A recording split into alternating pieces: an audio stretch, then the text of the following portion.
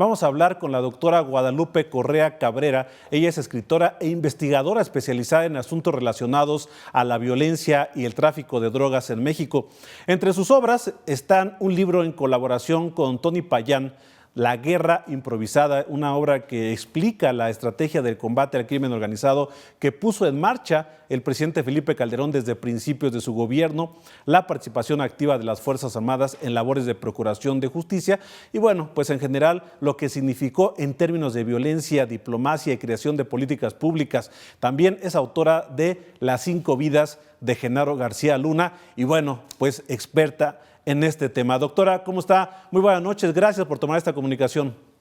Muchísimas gracias, es un placer estar con ustedes, con la audiencia. El primero y el segundo libro fueron pues coautorados con el doctor Tony Payán, Las 5 vidas de Genaro García Luna y La Guerra Improvisada, los años de Calderón y sus consecuencias. Gracias por la oportunidad de platicar con ustedes. No, al contrario, doctora, le agradecemos esta comunicación, sobre todo, bueno, Las 5 vidas de Genaro García Luna. ¿Qué pasa con lo que la resolución de la Corte el día de hoy se le declara culpable? Por ahí escuchaba en las redes sociales crónica de una culpabilidad anunciada, doctora. ¿Es así o sorprende algo de lo que se dio a conocer el día de hoy? A mí no me sorprende, a algunas personas les sorprende, dependiendo de cómo analicemos toda esta cuestión. No sorprende porque pues, los fiscales estadounidenses no se iban a arriesgar, ¿no? A aparecer de esta forma si no hubieran elegido ciertos testimonios y bueno, si esto hubiera sido, si se hubiera declarado inocente Genaro García Luna, hubiera sido un tremendo escándalo, ¿no? Esperábamos que fuera así, también esperábamos que fuera un juicio que se enfocara simplemente en el lado mexicano, donde no vamos a saber qué pasa con realmente un negocio transnacional que involucra tanto autoridades mexicanas como autoridades estadounidenses. No sabemos qué pasó del lado estadounidense, parecía ser todo como los mexicanos corruptos, narcos, criminales, y los estadounidenses buenos hombres de ley, de Estado de Derecho. Es muy interesante cuando ellos cooperaron de forma muy cercana con Genaro García Luna, cuando Genaro García Luna ya tenía pues una fama bastante complicada desde que estuvo en la AFI durante el sexenio del presidente Fox. Entonces, pues no, realmente no se iban a aventar a esto. Ellos estuvieron, los fiscales estuvieron diciendo que se retrasaba el juicio porque había demasiadas pruebas, había casi 1 millón de hojas de pruebas,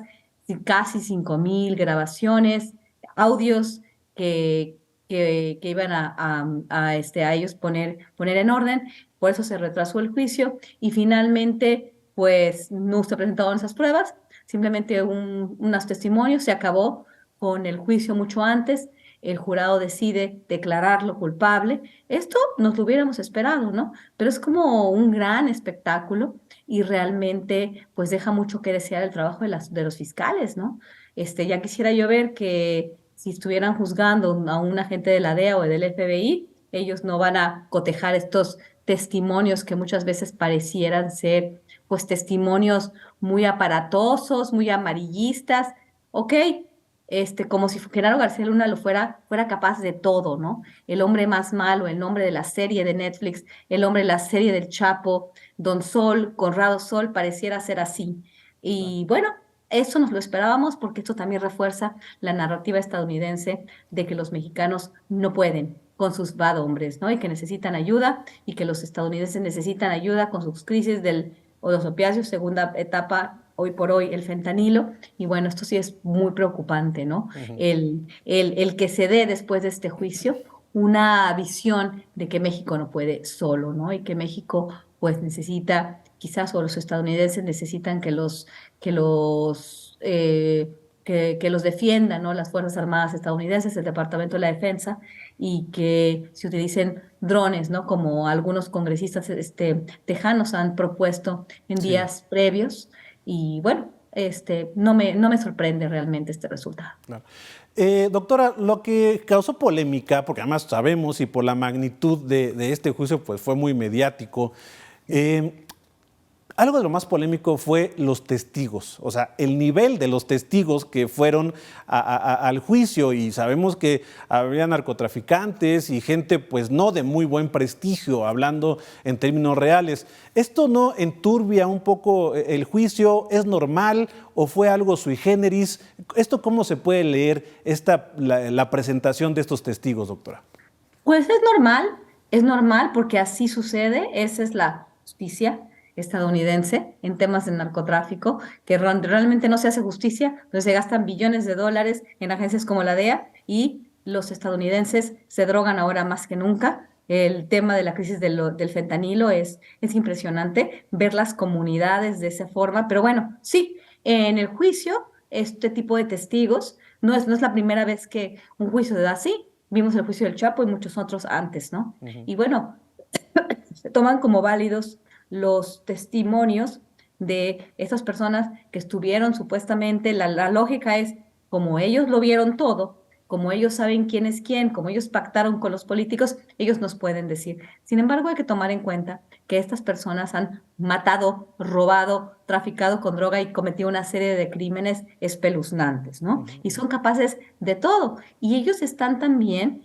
negociando una pena menor. Ya lo hemos comentado en muchas ocasiones, dependiendo de la ideología, los grupos y las personas opinan distinto, ¿no? Unos dicen, no, si se piden pruebas es porque eres panista, y muchos de ellos sí lo son, y porque apoyas a un proyecto opositor. Muchos de ellos, muchas de las personas que opinan, queremos pruebas, se le quiere lavar la cara a Genaro García Luna. Sin embargo, así es, ¿no? Así es este sistema de justicia donde las víctimas, el sistema de justicia estadounidense, donde no se hace justicia, donde las víctimas del acceso a las drogas, los adictos, que pierden su casa por una serie de cuestiones, por una sociedad muy desigual, muy complicada, pues, y sin apoyo, ¿no? Sin apoyos sociales, sin programas que realmente ataquen de raíz el problema, tratar esto como una cuestión de salud pública. No, mejor seguimos, ¿no? Y Claro. seguimos, y seguimos, y seguimos arrestando porque dicen los testigos protegidos, esta persona, y nunca se termina de traficar la droga, nunca se termina con este problema, con este flagelo. Así es. Oye, doctora, y ahora viene, vamos, ya se declaró culpable, 5 cargos. Ahora el tema de la sentencia. Más o menos, de acuerdo a su experiencia, todo lo que conoce de este tema, más o menos, ¿qué se estaría esperando de la sentencia? Bueno, es algo complicado de anticipar, de acuerdo a los cargos, ¿no? De acuerdo a su supuesta, de acuerdo al juicio, ¿no? De su vinculación directa a la protección, a un sanguinario y además a un cartel que está mandando droga a los Estados Unidos y que está atentando contra las comunidades y la vida, se podría esperar muchísimos años, ¿no? Porque además Genaro García Luna eh, este, no quiso pactar con los jueces para y se declaró culpable. No pasó esto. Entonces, sí se espera una sentencia pues muy importante, quizás hasta de por vida. Sin embargo, no sabemos durante estos años si hubo otro tipo de negociación tras bambalina y por eso se le nota tan plácido, ¿no? A Genaro García Luna. No lo sabemos. Muchas veces estos procesos son bastante opacos. Obviamente en México y también en los Estados Unidos. ¿Dónde están los carteles de la droga estadounidense? ¿Dónde están las autoridades que facilitan o que se voltean cuando estamos hablando de una distribución en el territorio y el acceso a las drogas de cualquier tipo en ciertos lugares clave de las principales ciudades de Estados Unidos, ¿no? Es un tema complicado, pero, pero, pero ahí, pues la narrativa estadounidense ha ganado, ¿no? Claro. Y no veo cómo se pueda revertir. Yo creo que finalmente la sentencia va a ser bastante importante. Pero pues estos hombres que ya mataron, que robaron, que traficaron con drogas, muchos de ellos bajan sus sentencias, llegan a sentencias, pues la verdad, muy cortas, ¿no? Así Vamos a es. ver qué sucede. Oiga, doctora, y es imposible no politizar el asunto. El presidente Andrés Manuel López Obrador prácticamente todos los días se ha pronunciado sobre ello. Sabemos que pues su relación con el expresidente Felipe Calderón pues no es la mejor y pues a final de cuentas Genaro García Luna fue funcionario de Felipe Calderón.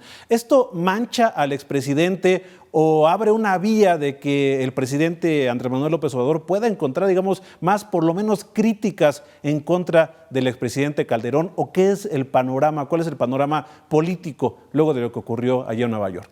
Pues obviamente se ha politizado desde el principio hasta el final, desde el arresto, ¿no? Miren el narcogobierno del Borolas, así le dice, ¿no? Sí le dijo, perdón, disculpe, es el narcogobierno del expresidente Felipe Calderón y aquí se muestra, ¿no? La mezquindad, la maldad y además de todo el vínculo de su hombre fuerte con el crimen organizado, con el narcotráfico, la protección que le dio al cartel de Sinaloa. Para el presidente podría ser una victoria muy importante, pero en realidad no sabemos qué es lo que vaya a pasar más adelante y si también las Fuerzas Armadas, la Guardia Nacional, miembros importantes de su cuerpo de seguridad no vaya también a encontrarse en el banquillo de los acusados, ¿no? Esto es importante también considerarlo porque se está cantando victoria porque este juicio aparentemente nos muestra de toda la podredumbre, ¿no? De el periodo de Felipe Calderón Hinojosa y bueno, de esto le conviene al presidente de la República, a su partido, a la transición bueno, después del 2024, pero en realidad podría ser una victoria pírrica porque se puede estar buscando también información. El presidente Felipe Calderón Hinojosa ha sido señalado en varias ocasiones, pero hoy por hoy no conozco de ninguna investigación que se le esté haciendo, ni en México, obviamente, no se va a poder juzgar a los expresidentes, ni en Estados Unidos tampoco. Entonces vamos a ver qué nos depara el destino en este sentido, pero sí se podía anticipar muchas cosas. Y fíjese, doctora, precisamente en este momento nos está llegando el comunicado del expresidente Felipe Calderón y bueno, me llama la atención porque empieza con gracias a que enfrentamos a la delincuencia y a todos los cárteles, el crimen se iba debilitando y el Estado se estaba fortaleciendo. Dice, recuperamos territorios que estaban bajo control criminal y se detuvieron delincuentes de todas las organizaciones. Los decomisos de armas, drogas y dinero alcanzaron cifras sin precedentes. Dice también que la política de seguridad dio resultados no solo en los casos más emblemáticos, sino a nivel nacional. Los principales indicadores de criminalidad iban a la baja al terminar mi gobierno, bueno, dice su gobierno, y esa tendencia se prolongó algunos años más. Vamos, es un poco extenso, pero también señala que la lucha por la seguridad de los mexicanos no era responsabilidad de una sola persona. Creo, doctora, y bueno, leyendo de forma muy breve este comunicado, creo que es una forma de deslindarse, ¿no? Cuando dice que la lucha por la seguridad de mexicanos no era responsabilidad de una persona. Estamos viendo este comunicado en pantalla. Vamos, era prácticamente de inmediato que el expresidente se tuviera que deslindar de esta manera, ¿no, doctora?